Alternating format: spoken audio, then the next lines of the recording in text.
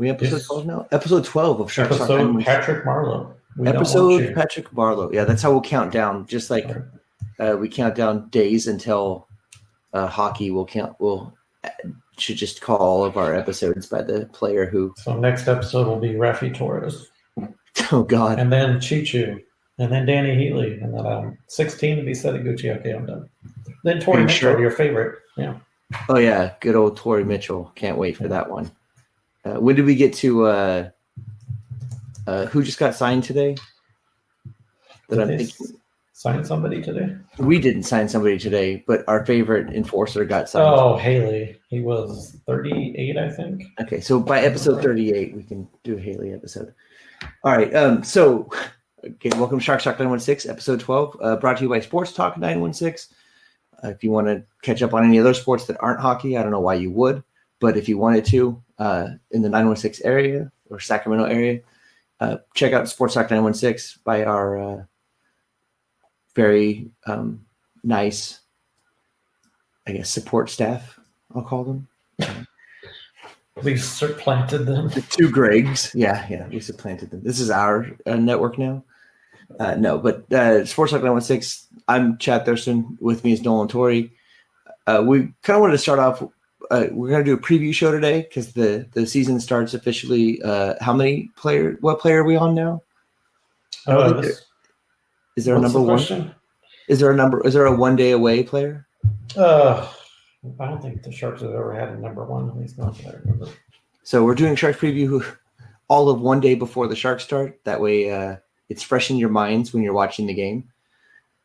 And just to kind of give a quick reminder, I guess, to those who are listeners and introduction to those who don't remember us or haven't listened to the show before. So Nolan and I started the show basically. We're Sacramento area natives, although Nolan is now flown away to Nashville. But Sharks fans, Nolan kind of grew up a Sharks fan. I became one later in life thanks to his influence. We have watched quite a bit of hockey together. We've watched people tweet about hockey. We've heard people podcast about hockey. We've listened to commentators about hockey, and we decided we could do a better job than all of them because, we're better than all of them. Don't be humble or anything. Yeah. Humility is my number one trait. So we decided to go ahead and start our own little show here. We got invited on once by Greg, the host of Sports Talk 916, and he wanted to talk hockey for the first time ever. And we did pretty well. So he said, hey, if you guys want to do a show, go ahead and start one. We'll, sponsor you, I guess. So that's how we got started. One of the things that I think makes us different from a lot of people who do hockey commentary that aren't professionals is that we are Sharks fans, but we don't look at the games through teal tinted glasses, I guess you'd say. Try not to anyway. Yeah, we try not to be too biased by our fandom. We will always root for the Sharks, but we'll also call out when we see stupid stuff being done on by the Sharks. And I think we both have an appreciation for the game, so we're willing to also throw compliments around to other teams and other players who aren't the Sharks. Yeah, when we get to our Stanley Cup predictions later in the show, it will be quite obvious that there's not bias involved, at least for my pick. So yeah, I think honestly, even before that. So if you're joining us on live, then the news came out today on Evander Kane. We're going to talk a little bit about that whole situation, and I think that'll be kind of clear that we're not biased either. Contrary to, although I've seen quite a bit of non-biased feedback on that. Actually, I was pleasantly surprised by it. So that's who we are. Today we're going to talk a little bit about kind of preseason and training camp, what we got out of it. Nolan probably got more than I did because I'll admit that I had trouble paying attention to all of preseason and training camp. We're going to talk about the 3 straight versus Vegas coming up, the Kane situation. We're going to do a season preview, talk about predictions, and then probably close out because that should be all of our time. So let's start off with training camp. So Nolan, let's start with you. What are your takeaways from training camp? So if you go back to our last show, we talked a lot about how this training camp was going to be more interesting than normal because there's a lot of spots open for the young kids to take a step forward, especially in the forward corps, even more so now with Kane out for the first 3 games. But overall, I think even Doug Wilson would admit that they were pretty disappointed with how some of the prospects performed. The two that stood out made the team, of course, which were Leon Bergman and Daniel Yurtakin, however you want to pronounce it. You're taking a spot away from someone else. Right, exactly. So those two guys made the squad, but guys like Gambrell, Chikovic, Chmielewski, Blickfield, those guys didn't stand out, I think, as much as they were hoping. The guys that haven't played either in the AHL or overseas professionally in Europe, I don't think stood much of a chance, unfortunately. And a lot of those names I just mentioned had only played in junior and minor hockey. So I think that may have had something to do with it, but nobody really had a great training camp, right? There was nobody that said, oh my God, we have to put that guy in the team.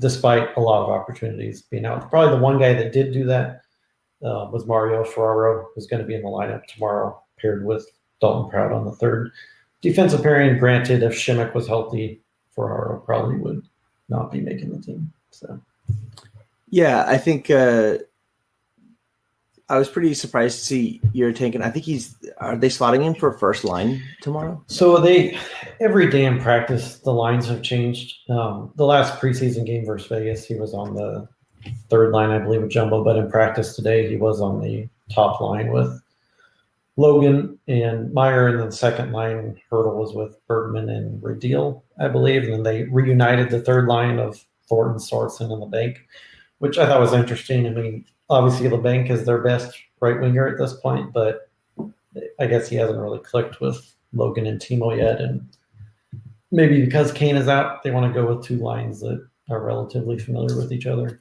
So yeah, that's kind of how I interpret it, looking at the what we're assuming are the line combinations for tomorrow based on what practice was today.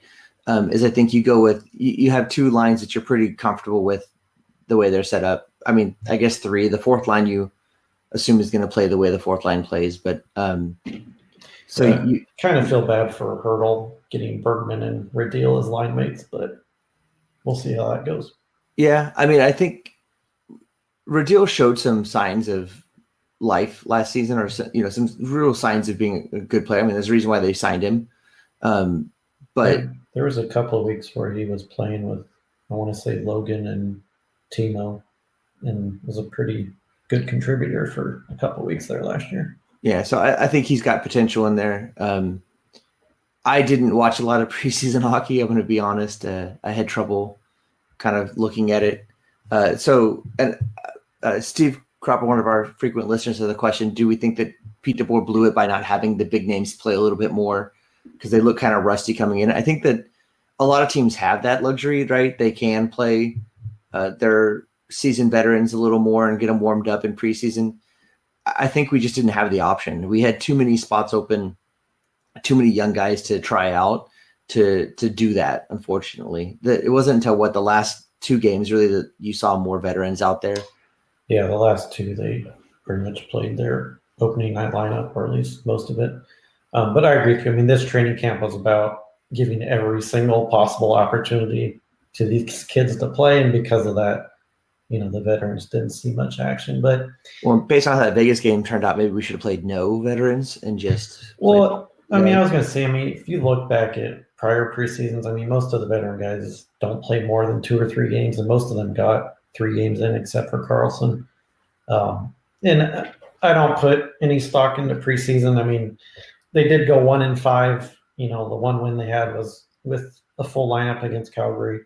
And then, of course, the last game against Vegas was a disaster, which it always is in Vegas. But I don't put any stock into preseason. They could have been 0-6 and lost 8-0 every game and could still come out tomorrow and win. So I don't read into it too much. Yeah, and I think we didn't really talk. You didn't really talk about him. Brzezinski, I think, was a decent add to the team.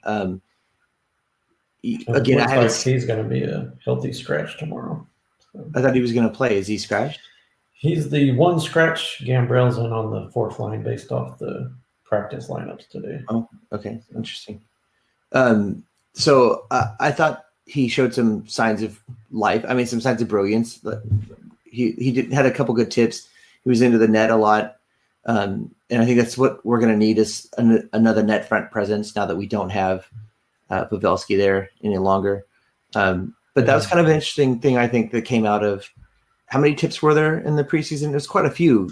That one game, I mean, Gambrell had 2, and then there's a couple other the game against Calgary, I think they had 4 tip goals in a row. Yeah. And Burns had 4 assists on all of those. So I think that's good. We answered the question of who's going to take Joe Pavelski's spot in tips. I think it's everybody, right? It's going to be a team effort. It's not going to be one guy necessarily anymore. And I think that's good. That's what it should be. We should have a guy getting in front of the net every time we have a push into the zone. Yeah, and I think that's, you'll see that the most on the power play because there's always a guy in front of the goalie on the power play, and that's where Pavelski typically played. And so far they've had on the top unit, I think they had Kane in that position. Obviously, he's not going to be now. Looks like it'll be either Hurdle or Timo.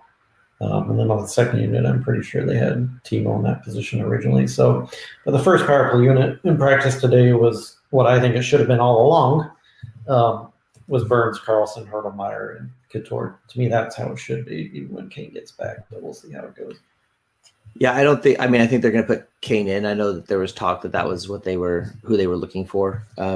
Yeah, he was on the first unit the entire preseason. So. But I'll talk with.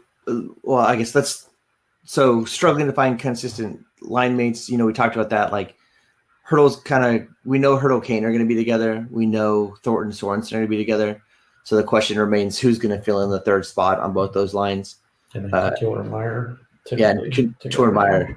It's kind of funny. We basically I guess you could even say Goodrow and Carlson too. Yeah, we basically have 4 pairings, right? And then essentially, in each case, you're trying to slot a guy in. So I think you're going to see a bumpy start to the season. You're going to see a lot of guys getting a game or two to kind of show that they belong in that position, and then new guys coming in. Because despite how you play in preseason, until you're out there in a season game at full pace with all the veterans against you, it's hard to see what you're really made of. And Pete DeBoer's never been afraid to jumble up to give challenge guys, basically. So that's what I was saying. I mean, with DeBoer, it's shown throughout training camp. I mean, he will change things, let alone game to game, from shift to shift. He'll change it up. So the lines you see in practice, I mean, by tomorrow night, it could be different again. So, and I'd say you're going to see that for defensemen for a while too. I think,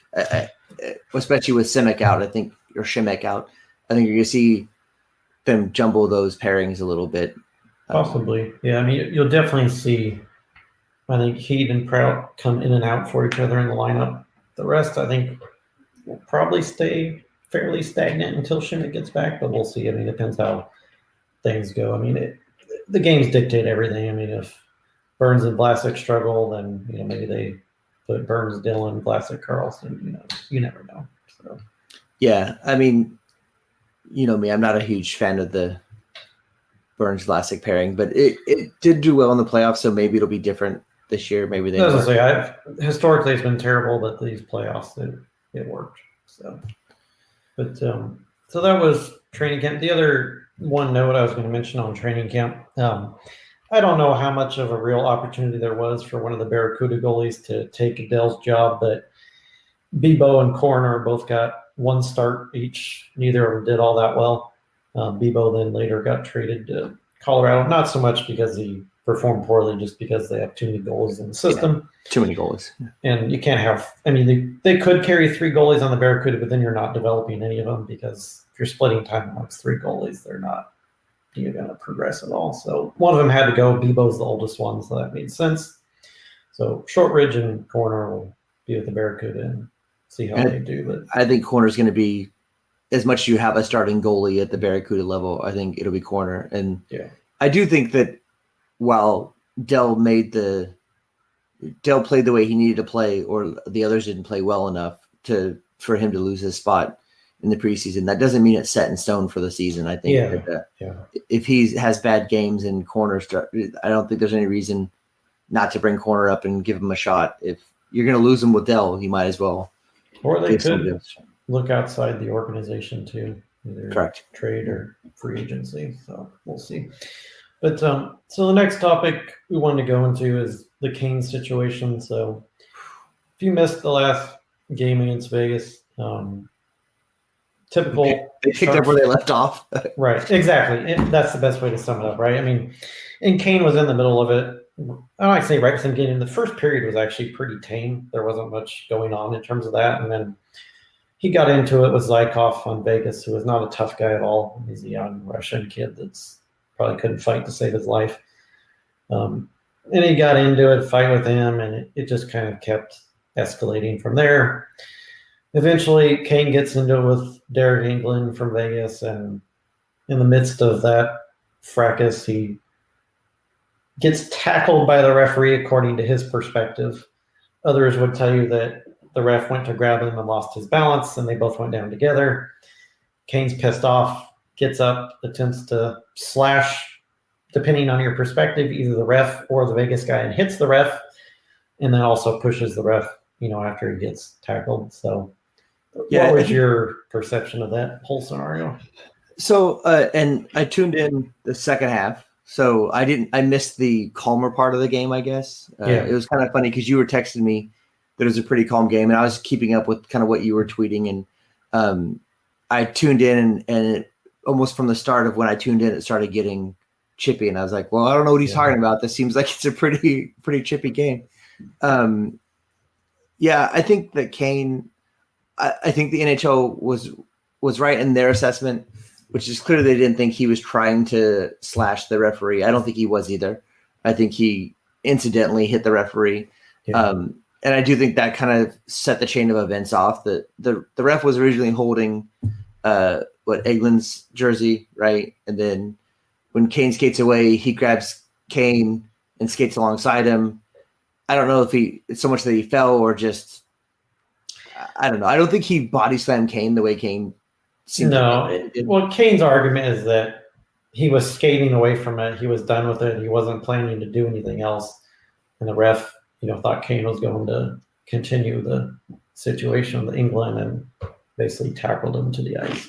Yeah, and I don't think that. I think he was already going to assess the penalty, and he was trying to stop Kane from skating away. Regardless, I do think that it got out of hand with the fall or takedown, whatever you want to call it. But the point at which I think up until then, there's no suspension.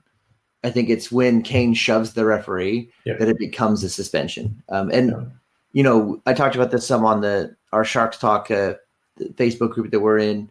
It's an automatic suspension. There's no judgment. Well, there's judgment when the call is made, but once the call is made, it is what it is. Yeah, and he got the lesser of the three possible suspensions. 3, 10, or 20. Yeah, so 20 would mean he's trying to cause harm. So they clearly ruled that he wasn't trying to hurt him. 10 is like something in the middle of basically like you throw a stick, you spit on a ref, you do something, even if it's not intentional, you do something that could harm a referee. They clearly showed that wasn't the case. And they gave the third one, which is basically pushing to get away. That's literally a description in the rule. And if you looked at what he did and you don't think he pushed the ref to break away, I mean, that's exactly what he did. And I agree with Steve Kroper here, who said, it seems like the refs lost control of the game before that. I think it was going downhill. And when we talk about, so to answer your question, I think that Kane deserved the 3-game suspension. I think the ref is probably going to get a talking to. They're never going to make that public, and I don't really blame them because you don't start calling out every referee who. Well, and that seems to be the biggest, I think, irritant, I guess I would call it, for Sharks fans I've seen on social media is that, well, what about the referee? What sort of discipline is he going to get? And you're correct. They're not going to publicize that. I guarantee they at least have a conversation with him. Certainly. They could suspend him, but I don't see that happening because I don't think his actions were as severe as Kane felt they were. Even if they did, I think it'd be something where we'd only figure that out because eagle-eyed commentators notice that he doesn't play it. He doesn't ref a game. You don't think they would announce it even if he was? I don't think they'd announce it. Yeah. No, I think someone would notice, hey, he didn't ref 3 games or he didn't ref this week at all. I don't think they'd call it out. If it was egregious, if it looked like a body slam to me, which it didn't, or a tackle, like if it looked serious to me, like he was starting an incident with a player, I think then they'd call it out. But I think the agreement for most cool heads is that it was not an intentional thing that he necessarily dragged Kane to the ground. No, I don't think he intended to tackle him. I do think he was a little over aggressive in how he pursued Kane, but let's not lie that Kane has a reputation. Kane would argue that's because of race, which I do think that may play a part, but I don't think that was part of this situation. It could be in other situations. I don't think that was part of it. I mean, particular instance, he's not the first one to say that, right? I mean, even although he's the first one to call it out, I think against the NHL refs, but he didn't even say it directly in the interview. He just implied it. He said, "You figure it out. You tell me." I mean, that's what he's saying, right? Like that's what he's implying. Yeah. Yeah, but Wardo talked about racism in hockey in general, not specifically towards the NHL or referees. So I don't think it's and you and I have seen Twitter posts and comments and stuff that clearly look a little on the what I would call the racist side, as far as even just the way Kane was treated for how. You're telling me Twitter has racism, Chad? What are you talking about? Breaking news. There are racists on Twitter, everybody. But even just things like how overblown it was that Kane was posing with money against his ear, right? Like the whole culture of hockey and how it doesn't like that kind of outlandish culture, right? So it's actually one of my things to watch this season. So I think he's making an accusation. I haven't looked closely at it. I'll keep an eye on it. I'll see if I think he's being called for things he shouldn't be, or if he's being called for things other people aren't. But the problem you get there is that happened to Raffi Torres. That happened to a lot of players who and that's where I think it's more reputation than race. Like Raffi had a reputation, right? And that's why he got overly disciplined for things that he shouldn't have been, arguably. But to kind of wrap a bow around the Kane thing, I think you said the most important thing. Once the ref has decided that it was an abusive official penalty, the NHL cannot rescind that. They have to issue at least a 3-game suspension at that point. Now, if he appeals, which it sounds like he might, then they can reduce, wipe it out, or even add games. I would encourage him not to appeal it because I could see them potentially adding to the 3 games. I don't think they'll add to the 3 games. I would hope not, but to some extent, and this is kind of, I'll get into this later, but this is kind of my hope for Kane in general, is that to some extent he learns when to just keep his mouth shut. Yeah. Like when to just cool down.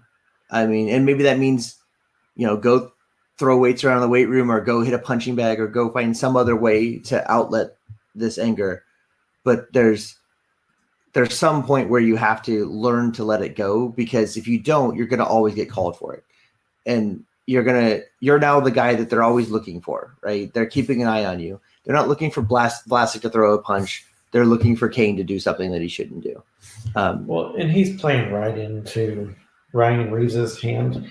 Yeah. Reeves' comments bother him, and sure, Reeves is always talking shit. And sure, Kane is a much better hockey player than Ryan Reeves. I don't think anyone's debating that, but he's playing right into Reeves' hands by being aggravated by every single situation that comes up against Vegas. In fact, I remember texting you when this happened that they should just scratch Kane against Vegas because he loses his shit every time they play Vegas.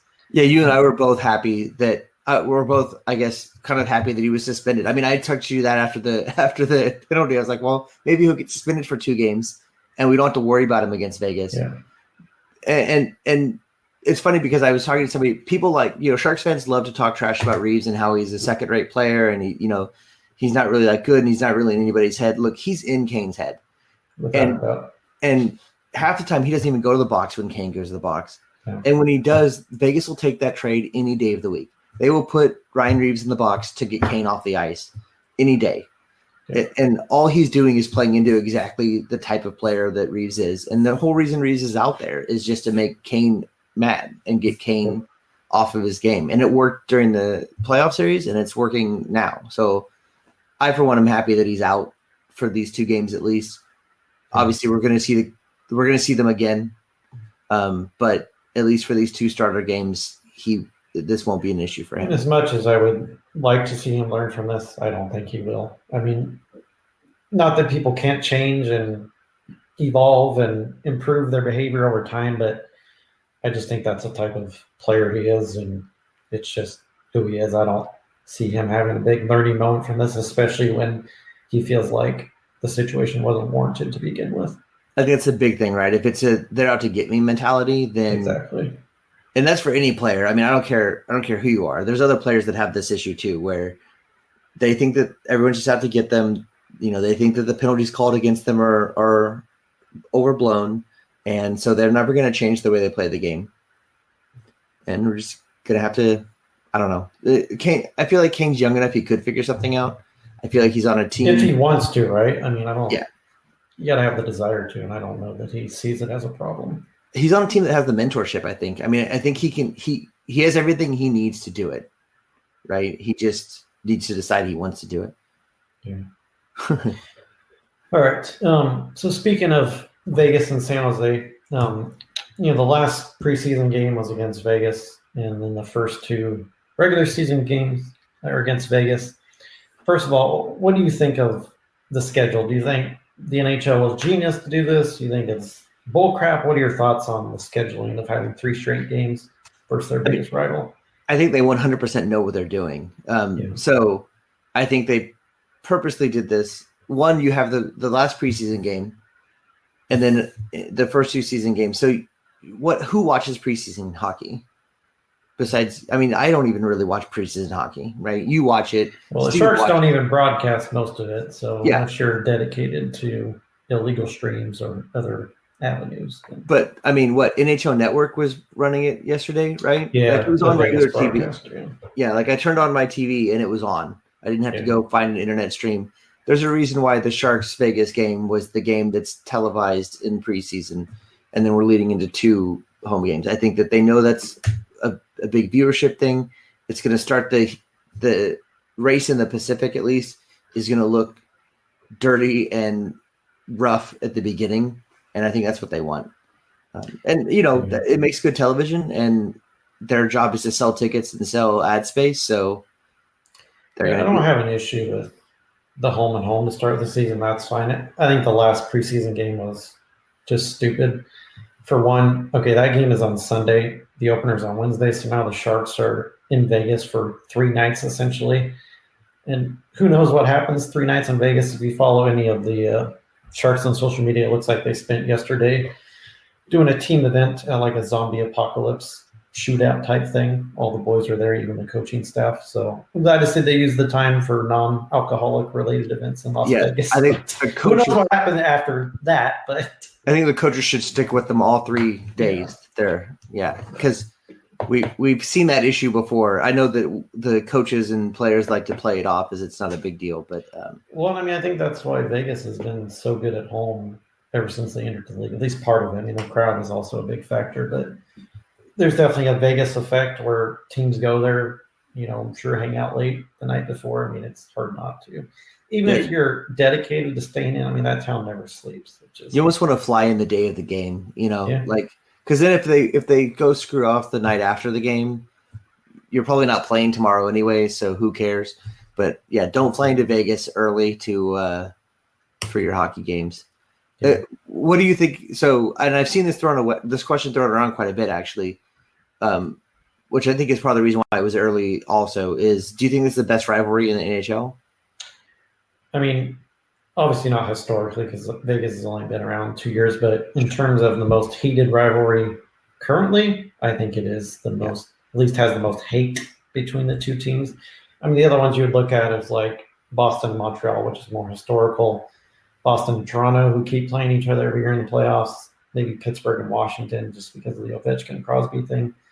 But I think it's definitely the most heated rivalry currently in the league. Yeah, I agree with that. So I think that that was literally the first thing I thought was, well, it's only been 2 years. Yeah. How big of a rivalry can it be? But because I mean, if you go back 2 years ago, the Sharks' biggest rival was LA by far. Yeah. And because of playoff matchups, right? And yeah. They played them 3 years, including a 3-0 choke job. So I mean, we'll see how long it lasts. Vegas could become non-important team in a couple of seasons, and then this kind of goes by the wayside. But I think definitely you're right. As far as current, like, amped up level, it's at 11. So I think that's why it was placed where it was. And it really is playoff built. I mean, you can even go back to the late 2000s, like 2008, 2009. The Sharks had a pretty heated rivalry with Vancouver because Vancouver was one of the top teams in the Pacific, and they played each other in the playoffs 2 or 3 years in a row. So, I mean, that's what happens. You play teams in the playoffs that much in that short amount of time, that becomes your new biggest rival. So it's just the reality of it. And so, what do you think? So, there's some chatting going on in our public chat room. So, what do you think? Do we need the goon enforcer type? Do we need someone on the team, at least for these Vegas games, that can go out there and kind of knock some heads? Well, as some of the guys were talking about, I mean, Prout will serve that role if we need somebody to do that against Vegas. Dylan can also drop the gloves. Kane would be the other one, of course, which he's not going to be playing. But those are the two guys who could very well get into a scrap. But no, I don't think any team needs an enforcer this day and age in the NHL, even though, as you referenced at the beginning of the podcast, Michael Haley just got a job with the Rangers. Most teams at this point do not employ a enforcer. Now, that's not to say you can't have guys that are physical and can fight that are good players, but purely goons or enforcers is largely a thing of the past. Granted, the Sharks have held on to that much longer than most teams. I think the thing is they fill their role so infrequently now. So, like, it's not that I don't think that there's necessarily a time where you wish you had one. Right. But they fill that role so infrequently now that it's not worth a roster spot most of the time. If you're giving up speed and skill to get a guy who is going to go out there and bust somebody's face open, you're kind of losing out in the long run. And I think you see that in playoff modes. You see that in playoffs. You see that in what teams are still carrying high levels of big physical fighting guys. They're not teams that are out there winning Stanley Cups. And I think Prout is being miscast already as that role. Yes, he can play that role, but whether fans agree with it or not, the team sees him as a legitimate option on defense. So much so that he will see time over Heed fairly often. He's definitely playing against Vegas because of the physical thing. So yes, that part of his game does influence the lineup decision, but they're not. I don't think it's going to be a situation like Joaquin Ryan where he plays 5 minutes on defense. I mean, I think he'll get a legitimate 8 to 10 minutes on that third pair, and I think they legitimately think he is a decent defense option. The fans may not agree with that, but I think the team sees it that way until it proves otherwise. I agree, and I mean, I was a Heat fan. Like I like Heat. I thought that Heat would be a good matchup to play with Vlasic coming into this season. With all the shakeups on defense and not knowing where everybody's going to play. But, I mean, from what I've seen, Prout's been playing as good or better than Heat. So if you can you talk about the preseason. I mean, Heat was one of the big disappointments of preseason. He did not look good at all. So if you have a guy who can play defense as good or better than Heat and he brings more of the physical aspect, then, I'm sure you play him. I mean, why not?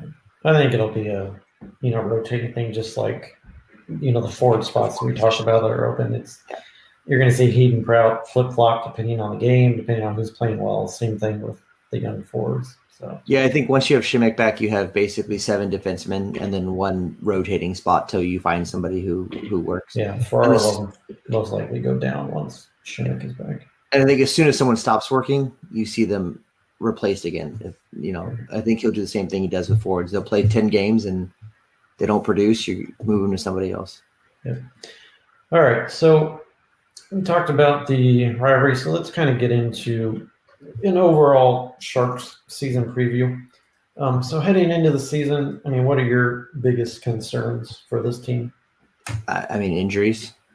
You've got Šimek coming off of knee surgery. You've got Carlson coming off of surgery. You've got just guys who were banged up last year who maybe didn't have surgery, but they just weren't in good shape. Jumbo, even though he was in fairly good shape most of last year, had the infection. I'm just worried about injuries and just that depth. was a crazy article that Kurz wrote, the infection. Yeah, that was worse than the surgery for him, right? Like the injury and the surgery were not as bad for Jumbo as the infection that ensued. And I think it's just that we don't have the depth. So one injury is going to put us in a bad position. Or one suspension. Or one suspension, right? But thankfully short term. God forbid, knock on wood, but you talk about like Couture or Hurdle getting injured. I mean, that's a giant blow to your season. I don't know that you survive that injury. I think you'd have a lot of trouble. And I mean, I think before the trade deadline, Doug will wake up and smell the coffee and realize they need to add a forward. I highly doubt this is the forward group they carry into the playoffs. I think it's very, very likely they add a forward unless they just fall flat on their face and they're not going to, waste future assets for a team that's not going to go anywhere this year. But I don't see that happening. Unless someone has a breakout. Unless someone has a breakout season, right? Unless some rookie comes out and just is way more than we expected them to be. I think you still got to pick up a forward. There's still some cap space. There's still some assets you can move if you need to, especially if they can move some younger assets or not younger, but like lower level assets to get some more money out of it. But so my biggest concern is goaltending, especially that last game against Vegas. I know it's preseason. I don't hold a lot of water into it, but God, Jones looked terrible that last preseason game. Before that, he had played pretty well in the other two appearances he had. Dell looked like Dell from last year. The one game against, I don't remember who it was. I think maybe Calgary. Dell looked decent, but last game against Vegas, Jones he gave up some goals from pretty far out that were unscreened. And it is Vegas. I suppose they all have a bugaboo against Vegas, but that's my biggest concern. If we get the same Jones that we had last year, they're in big trouble because they're not going to be the second highest scoring team in the NHL like they were last year. They're going to lose quite a bit of goals, so it's up to the defense on the goaltending to make up for that. I think that's the difference, right? Is there's even less margin for error there. I mean, like I said, my number 2 worry is goaltending. My number 1 is injury, just because I feel like we're so prone to it after last year or after last couple of years. It's hockey. I mean, you're going to have injuries too. But the thing with Jones that seems different to me from previous Jones, if you go back 2 or 3 years, is Jones used to be like a robot, right? I mean, a goal got by him, he just didn't care. He shrugged it off and just went back to playing playing his game. He seems more and more like once a goal gets past him, that starts to snowballs on him. Yeah, it snowballs on him. He starts to shake, not physically shake, but he starts to get shaky. He starts to have trouble playing his game and tries to adjust to what they're doing. And I think that's the worst thing for him. He's a technical goalie. He wins when he's doing well. He's at his best when he's covering angles and, cutting off people's view, not making standing on my head saves. Right. And when he gets behind, he starts trying to be, I don't know who you compare him to. He starts to be Jonathan Quick, right? Like he tries to be the guy who makes amazing stops as opposed to just going back to playing his game, his style of goalie. Yeah, and Steve's absolutely right. I mean, the defense, I think, was a large part of the goaltending issues last year. They did hang out, both Jones and Dell, to drive many of the games, way too many breakaways, which we talked about on our podcast during the season last year. And I don't think that will be as big of an issue this year. At least it better not be. If it is, they're in big trouble. But, hopefully bringing Bob Bugner back as the D coach will help out. And I think the guys know that they're going to have to clean it up defensively this year to stand a chance of making a run. So we'll see how it goes. But part of it, too, is, DePore plays a very aggressive style of offense with his defensemen.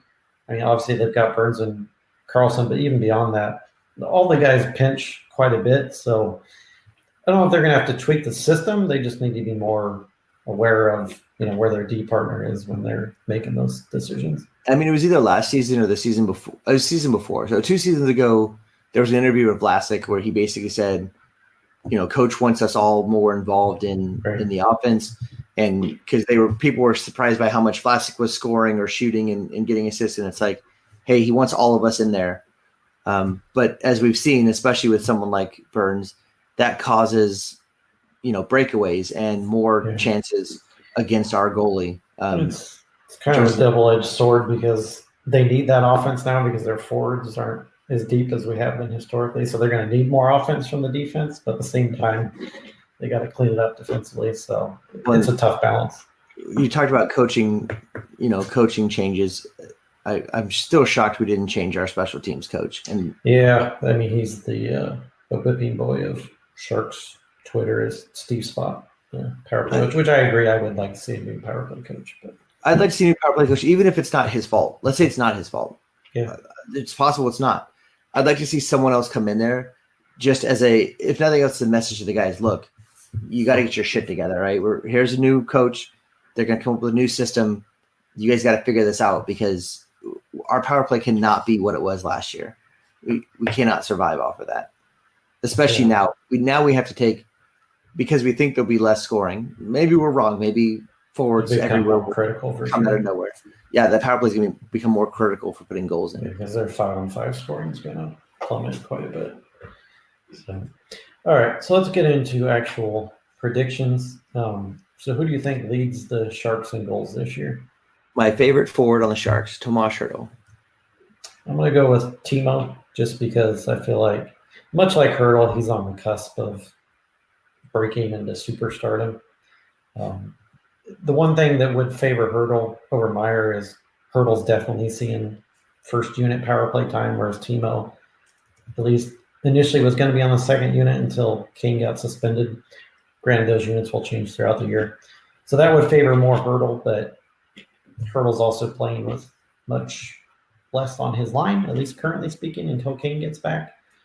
But I just see Timo having he already had his huge breakout year, but I think it's only going to continue to grow for him. And if you think back to last year, I mean, he got off to a hot start, right? I mean, had 20 goals in like the first 30 or 40 games, and then he went in a long, long cold spell, yet he still ended up, scoring 30 goals. So I think it's Timo's year to take the ring, but if not Timo, then Hertl or Logan for sure. How about most assists on the team? I'm going to give it to Erik Karlsson. I think Burns is going to score more goals is the main reason. I think a lot of his assists are going to turn into goals this season. And Karlsson was already racking up a pretty hefty assist percentage last season. So I think if he stays healthy, which I mean, I'm going to predict he stays healthy just because I hope that's what happens, then I think Karlsson takes the highest assists. Yep. And Steve in the chat asked about dark horse. We will get to that. That's one of the questions on our list here. Most assists for me, I agree with you, Erik Karlsson, for the reasons you just outlined. Burns will lose some assists because of his goals. Karlsson's more of an assist guy, assuming he stays healthy. It'll come down to him or Burns, most likely, unless Jumbo turns the clock back 10 years and becomes 100 assist man again, but don't think that's going to happen. Most points overall, I would go with Burns, just because he will get more goals than Karlsson, and I think their assists will be relatively close. And I think Burns has led the team in points the last 2 or 3 seasons, if I'm not mistaken. So I don't see that changing this year. What do you think as far as most points overall? Most points overall, I think you're going to say Burns because he's able to get, when he's not scoring goals, he's getting assists. So it's kind of he's going to get one or the other, right? Like, yeah. And I don't think I can't think of anybody who's going to rack up as many points as him. No. All right. So to Steve's question, who do you think will be the biggest surprise this year? Someone that outperforms what we're expecting in a positive way. So I'm going to put. I'm actually put Brodzinski there. So I was reading up about him a little bit, kind of looking at stats, and I think he's one of those guys that he's a better player than he looks like on paper.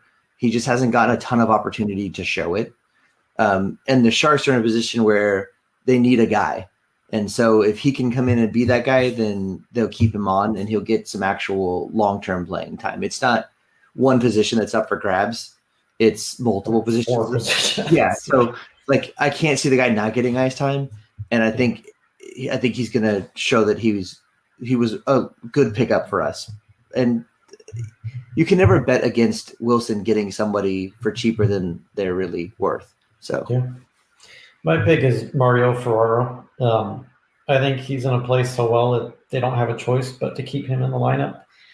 Now, what that means is going to be very interesting. Does that mean that Dylan gets traded at some point? Does that mean that Shimmick becomes the seventh D-man? Does that mean that they play Shimmick and Ferraro together and Heaton Prout sit? I don't know, but I have a feeling Ferraro's going to play so well that they don't have a choice but to keep him up with the big club and play him. that's a good one. I think that, and I agree. Like from what I've read about him, like I said, I haven't seen a whole lot of the play, but from what I've read about him, he's going to give the other guys a run for his money. I honestly find trading Dylan hard to believe if the right deal is there. I find getting rid of him when there's not a good deal pretty unlikely because he played too well last year. Unless he really falls off this season, I can't see it. The issue is what we talked about, I think, last episode, right? He's a free agent at the end of the year. He's probably not coming back because they have too much money tied up on defense already. So if you're going to lose him at the end of the year, if Ferraro proves he's ready, then I mean, assuming the rest of the guys stay healthy, he's expendable. But until, Ferraro proves that and Shimmick, proves that he's healthy and can stay in the lineup, then that's not in the conversation.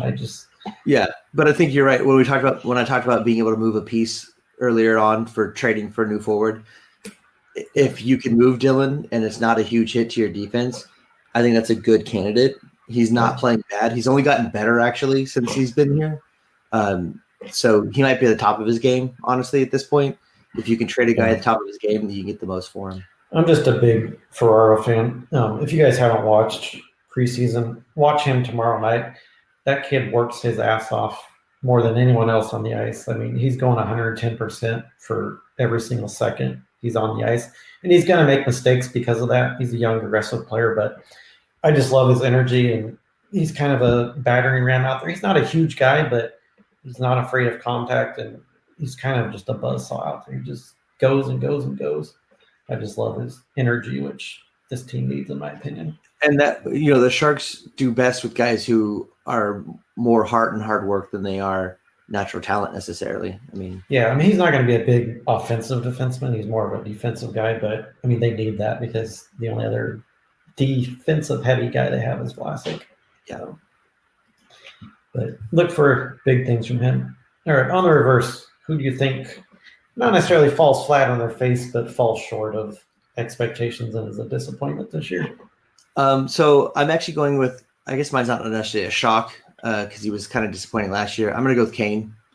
That's the easy one, right? Yeah. It is the easy one. And I think that I had this down before the preseason, he was my choice for biggest disappointment before this last preseason game. But seeing that this last preseason game, I just think unless he can get whatever's in his head in check, right. He's going to have trouble because when the more upset he gets, the less he scores goals, the less he's an impactful forward, and we can't afford for him not to be good. Okay. Oh man, Steve says Erik Karlsson in the chat. I think that's a good pick. I just can't bring myself to say it because this is the one time where we'll be biased and say I'm a big Erik Karlsson fan, so I'm not going to go that route, but I definitely could see that being a disappointment for sure. Yeah, but here's the thing. If we don't win a Stanley Cup, then Erik Karlsson's a disappointment to most people. So the bar he has to get over to not be a disappointment to most people. Well, let's remove that from the equation. Sure. Say you're just rating him on his individual performance. Do you think he's going to disappoint? Putting team performance aside. I don't think so. So I think I'm going to take him at his word on a number of things. I think he wanted to stay here. I think he's fully in. I think he had $11.5 million reasons to stay here. I think it helped. But I think he's fully committed to being a Shark. Yeah.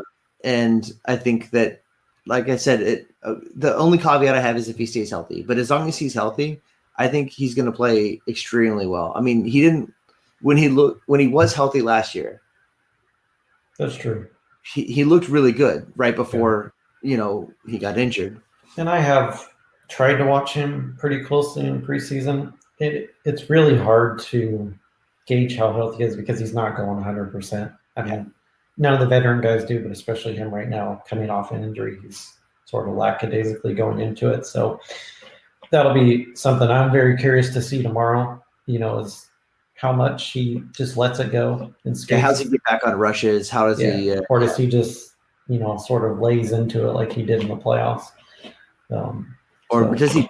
I'm thinking. So the other thing I would look for is, does he cheat? Does he not pinch when he should? Does he not come up because he knows he's lost a step and he wants to, have that jump to get back? Yeah. But my biggest point, I think Kane probably is. The one I want to say is Jones, but he's not. I can't even say it's a disappointment because most people expect him to fail. I don't expect a lot out of him. Right. Yeah. So the expectations aren't high. But if anyone is hoping for a bounce back, I don't think we're going to see it with Jones, unfortunately.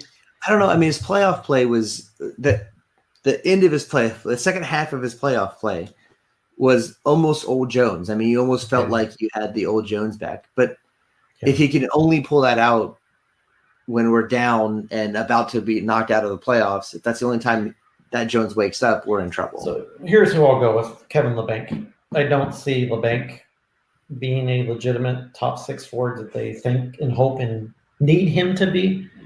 He's fantastic on the power play, probably one of their best forwards on the power play, if not their best forward on the power play, but 5-on-5, he is yet to show anything. He showed a little bit more in the playoffs, but I just don't see it happening as quickly as they need it to this year. I don't have him down for the same reason you don't have Jones down. Yeah. I was trying to trade him. The team has high expectations for him. I don't know if the fan base does. I was trying to trade him last year, so I don't have high expectations for him this year. But the other guy I see falling back is Sorensen, but again, there's not high expectations there, but I don't think he'll match what he did last year. So, but all right, I think we covered all the candidates for that. Most impactful rookie, I already talked about Ferraro. Anyone different you would throw in there? You're taken. You're taken. If anything, if that goal he scored against Vegas the other night is a sign of things to come, then he might be onto something. I mean, again, you've seen so little of him, right? So it's hard to really make a huge prediction on these. In fact, in a couple of weeks, some of these predictions might change just from watching a couple of real games. But something about it reminds me of Hertl when Hertl first came in. And, you had the Teenage Mutant Ninja Hertl scoring 4 goals and 1 between the legs. And, I mean, if he has that kind of first year, then I think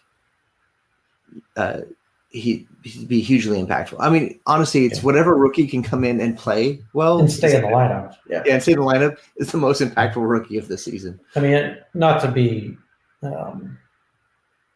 pessimistic, but I don't see any of the young forwards being so good that they don't come in and out of the lineup. I see that being a shuffling deck the entire season, but hopefully I'm wrong, but we'll see. But you never know too, because I mean, you could have someone who their second half is what makes them impactful. You could have someone who comes in, sure, they're not impressive in the first part of the season, but when they finally wake up, they come alive. And it could even be one of the guys that's with the Barracuda right now. It might not even be one of the guys on the roster currently. So,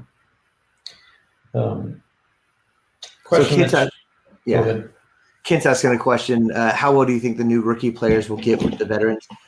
I think actually one of the things that I like about the Sharks is that seems to work really well with the Sharks, especially if you can pair one up with Joe Thornton. It seems like that's what I was going to say. The ones with Jumbo will gel well. The other ones, I don't know. Yeah. You take a rookie, you put him with Jumbo, and they're going to do great.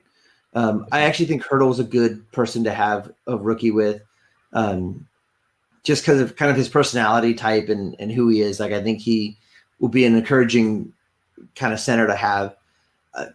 I actually think Logan's this is going to sound bad. It's nothing against Logan. It's just I don't think he's necessarily the best mentor guy to have. A terrible captain is what you're saying. No, I'm just kidding. I think he's a good captain of the team, but he's such a straight shooter that sometimes I think that can be detrimental to bringing up a new guy. He reminds me of Carlson during the game. They're both super intense and are not afraid to let people know when they're fucking up. Yeah. So I see where you're going there. But Jumbo's much more of the like skate up to you, give you a pat on the butt, and tell you, "Hey, no big deal. We'll get it next time." And I think that's what those young guys need, or most of them. I'm sure some will respond to. Which is funny because in his younger days, I think Joe was the opposite. In fact, the rumors are that's why he got stripped at the captaincy, is because he was too much of a sarcastic ass on the bench, and sort of calling guys out on their shit. But I think as he's gotten older, he's taken that role more to heart, being more of a mentor and leadership. And I think he's curbed that as much as he can anyway, at least with the young guys, the ones that he knows can't take it. Burns, so overall, I'm sure he gets shit to the whole game. But overall, I think they get along well. I think the problem is anybody on the fourth line, because there's no real anchor to that fourth line. It's just... Well, and you're getting, 6-7 minutes a night. It's hard to find any consistency with one shift every 5 minutes. But, all right. So this is a good one. One bold prediction you have for the Sharks season. Couldn't be anything that people wouldn't expect.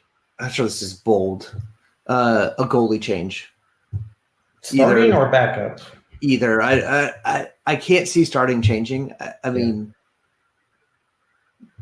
but I think there'll be a goalie change either way. I think if we could get someone for the right price, maybe you bump Jones down. But what are you going to do? I mean, pay a backup some ridiculous amount of money, or no one's going to take him. So I think it's more likely that you get a backup goalie, and you hope you get a hot hand that you can play more games with. Yeah. My bold prediction is kind of cheating. I think the San Jose Barracuda win a championship this year, just because I think the Barracuda have... It's not a Sharks prediction. It's a San Jose prediction. If we want to go Sharks prediction, I think Pete DeBoer loses his job before the season's over. Or at least after this season. I'm not going to say he's fired in season, but I think after the season, he loses his job. That's a good one. Yeah. I think if we don't make the playoffs, he loses his job. So that's our next topic. Do they make the playoffs? In what position do they finish in the division, and how far do they go in the playoffs? Do they make the playoffs will depend. That's tough for me. I think they make third in the division. So it's going to depend a lot on what happens in the other division to see whether or not they actually – I think they squeeze into the playoffs. I don't think that it's a comfortable stride by any means. Maybe a wild card. I have them finishing third in the division too. Yeah. How far do you think they go in the playoffs? First round, second round. Who do they play first? Well, they go as far as the Vegas Knights. Right. They go until they play the Vegas Knights. Yeah. So if that's second round at best, then is what you're saying. Yeah, I think second round at best. And for the like we said at the beginning, we're honest about what we think, regardless of what we want. I'd love to see us hoist the cup, obviously, but I don't think so. Yeah, so third in the division, not third in the playoffs, which means we would play the second seed in the Pacific, which, based on my predictions, would be Calgary. So I do think we'll beat Calgary the first round, and I think we lose to Vegas in the second round. So looking outside of Shark World, we'll just go through the divisions. Who are your 4 division winners in the NHL, starting with the Pacific? So I'm going to go with Knights for the Pacific. With Vegas. I'm going to say Stars actually win their division. I'm going to give them some Pavelski, a Pavelski bump. I think Tampa Bay, and I think that actually Carolina has a shot at winning. They got a lot better this offseason for sure. Yeah. I want to agree with you on Vegas. I think Vegas takes the Pacific. I'm taking Nashville in the Central, but I don't think they will be the team that goes farthest in the playoffs in that division. We'll get to that in a second. Is that just because you're in Nashville? So are you no, now? I just feel like second team? They're the most experienced team. They've had the same core for a while, and I just think they'll be the most consistent team in the regular season. I think they'll burn out in the playoffs like they do every year, but as far as regular season, I think they'll win the division, which they ended up winning the division last year as well. Yeah. In the East, I have. So you picked Carolina. I'm going with New Jersey as my surprise division winner, just because I feel like no team in the offseason improved more than they did. Yeah. And then I also have Tampa Bay winning the other. I can't see Tampa Bay being worse than they were last year. If anything, I see them going in with a chip on their shoulder because of how the playoffs ended up for them. Yeah, I mean, I think if you look at just pure talent, Tampa Bay and Vegas are the top two teams for me personally in terms of pure talent level. Wow, Sean Worth is going with the Jets. The Jets Colorado are a popular pick. So, all right, I won't say anything until we get to this. So, who are your conference final picks in each conference? I'll give you mine first. I got Vegas and Colorado, so I like the Colorado pick. Colorado was a hell of a team in the playoffs last year. They're only going to get better. They've added some talent. I don't think Donskoy doesn't make much difference, but they added a few other guys. I could very well see Colorado beating Vegas. I'll hold on that prediction for now. But in the West, I have Vegas versus Colorado. In the East, man, I got to think about this. I haven't pre-planned this at all. I'm going to say... I'm also making them up as I think. That's the best way to do it, my friend. I'm going to say Toronto and New Jersey is my conference final in the East. Really? I'm going out on a limb this year. Because everyone says, "Oh, Tampa Bay." Fuck that. Pick off the board. I don't like going with the predictable thing. So, Tampa Bay. Toronto and New Jersey. Yeah, I think Toronto finally gets by Boston this year. They've had enough attempts at it. Interesting. I think it's going to be. I'm going to play it safe. I'm going to say it's going to be Tampa Bay and Carolina. Is that or no? Tampa Bay got knocked out of the first round last year. Carolina lost to Boston in the conference final. Okay, Stanley Cup picks. I think Vegas beats New Jersey in the Stanley Cup final. Somebody asked in the chat why Vegas. If you look at their top nine is loaded. I think they also have one of the best goalies in the NHL. In fact, I was thinking about this the other day. If you were to switch Jones and Fleury, would the Sharks dominate Vegas as much as Vegas dominates the Sharks? I don't know if it'd be that lopsided, but I think that's a huge part of the difference between the two teams. Fleury went from being washed up, used to be great guy to, leading one of the probably one of the top goalies in the NHL at this point. Yeah. So I'll answer the question too. Why Vegas? Vegas after the expansion draft had basically 3 second lines. And now they've added a bunch of guys to it. And now they've added guys. They've gotten better from that. Stone, Pacioretty, Stastny. Yeah, they've got a first line and 2 second lines, or maybe even 1.5 into. Now it's the NHL, so you never know what's going to happen. There could be some injuries. There could be a number of things that could happen that could cause Vegas to drop off. But just based on where the teams are right now, I can't see anyone in the Pacific being a better team than Vegas. So you have Vegas coming out of the West? Yeah, anyone in the West. Yeah, I see Vegas coming out of the West. Who do you have in the East? So this is actually going to be a little bit of a fanboy pick, which is funny because I'm a Sharks fan. I'm going to pick Carolina. I want to see Carolina go. I want to see Carolina win it. I don't think they will, but I want to see Carolina win it. So you have Vegas over Carolina. I have Vegas beating So we're both picking Vegas.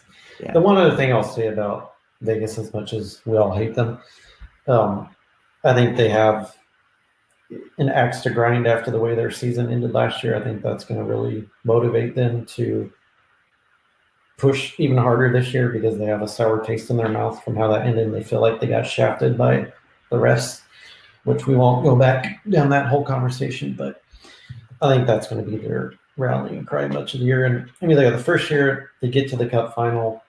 Last year they get knocked out on a controversial call. So, it's amazing what they've done. I just think Fleury is a huge difference in their forward depth. I think those are the two things that carry them through. Their defense is okay. It's not fantastic, but it's kind of interesting. You look at the last few Cup winners and their defenses have not been that great. especially Pittsburgh. Pittsburgh going a few years back. I mean, other than Letang, their defense was average at best. Surprisingly, right? I would say so.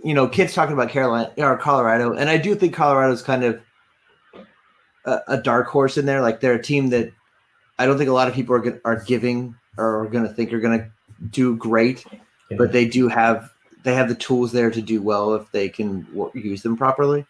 I think most people look at Carolina as a fluke last year, but they've added a lot of talent this offseason. As long as Don Cherry keeps talking about them, as long as Don Cherry keeps talking about Carolina, I'll take them all the way every time. And I think I do think Colorado will be strong. I just don't. I don't know. I don't see them. It may be too early yet for Colorado. A couple of years from now, they're going to be a beast because they got a lot of young defensemen and a lot more in their system coming. And McKinnon and Landeskog and Renton, and now that he's signed, I mean, those guys are all going to be premier players for the next 5-6 years. So their window is probably – and they got a ton of cap space too. They used some of it this offseason, but moving forward the next couple of years, they can – play with a lot of free agents if they want to. So they're set up long-term quite well. So you heard it here, folks. We're either the best or the worst Sharks podcast ever because we picked the Vegas Knights to win the Stanley Cup. Hope I'm wrong, but that's... Thank you all for your listening to us one time, and we hope you enjoyed it. Hey, we said we weren't biased, so there you go. Yeah.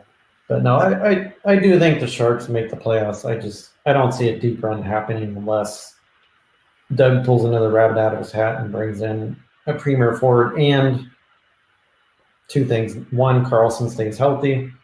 And two, Jones bounces back and becomes – I don't think he needs to be a top 10 goalie in the NHL, but, top 15 goalie I think they need this year. Yeah, and I think that's the caveat I'd like to add is, like,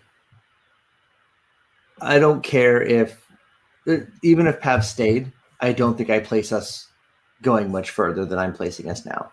No. Like I don't know that one trade because he's one forward for sure, right? But you still got gaping holes with Jones and with two forwards missing out of your top. It adds up, and you can replace one guy, but you start replacing three guys in your top 9 or top 12, it adds up quickly. Yeah. All right, guys. We will. I'll be up until 1 a.m. tomorrow watching the game since I'm now in Central Time. So, say a prayer for me that I make it into work the next day. But I will say this for tomorrow. I don't expect them. I guess we'll do that predictions for tomorrow. Yeah, tomorrow. I don't see it going well. Every time the Sharks are in Vegas, it's a nightmare. If we're being honest, I just hope we don't lose 5 or 6 to 1. Just make it competitive. But I'll say 4-1 Vegas is my prediction. Yeah, I'm going to make it 3-2. So I think Vegas pulls it out because they're home. I actually think that Kane not being there will be a bonus for us. I think so too. So I think as many shenanigans. Yeah, I think we'll play a little better. I think we'll keep cooler heads. It'll be less likely that there's shenanigans started, and it'll be a 3-2 game. It'll be a close game. Yeah. But you never know. I mean, there's too many.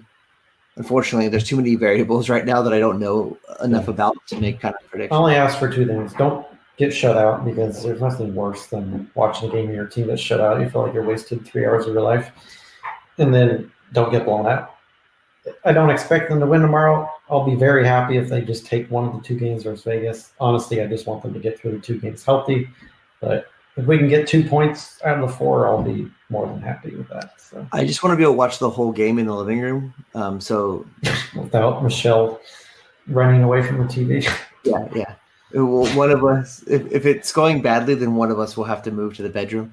And I wish I had her approach to viewing things. It would make it a whole lot easier to not watch us get our ass kicked. Walk away. I wish I had that power in me, but I don't. If we come from behind and win, she's really happy about it. Not interested in turning the TV back on. All right, guys. So thanks for joining us. Again, this is Sharks Talk 916 brought to you by Sports Talk 916. You can follow us on Twitter at Sharks Talk 916. And we also sometimes post on Facebook on the Sports Talk 916 network. Check out the Shark Attack Facebook page if you haven't. Steve, one of our frequent listeners, runs the place, and it's a pretty cool little hangout for Sharks fans. So I figured I'd toss out a little mention for him. And other than that, warning, Chad will be running the Twitter account the next 2 games. I refuse to participate on Twitter during Sharks Vegas games because I'm so sick of the whining and bitching on both sides. The fan bases just want to kill each other, and it just makes for too much whining and complaining. I don't want to read about refs and how they're out to get the Sharks and they're paying them back for the 5-minute major last year. Just shut up and watch the damn game. That's all I have to say. So we'll have Get over it. We'll have tweeting through at least half the game, because if I can't stand you if I can't stand everybody after the first or second period, then I might stop tweeting. But yeah, follow us on Twitter at Sharks.916. We always like comments. We always like conversation. We even take fans who aren't Sharks fans commenting. And then, if you like our podcast, hop onto iTunes or whatever your favorite other podcast thing is that isn't iTunes. I don't know. And give us a review. Those things always help. Maybe we can someday sell some ad space and retire from our jobs. All right. Thanks everyone for joining us. We'll be back probably in a couple weeks to give you an update on how wonderful the Vegas series went, as well as I don't know how many more times Kane gets suspended. No, Yeah. I'm just kidding. All right, guys. See you later. All right.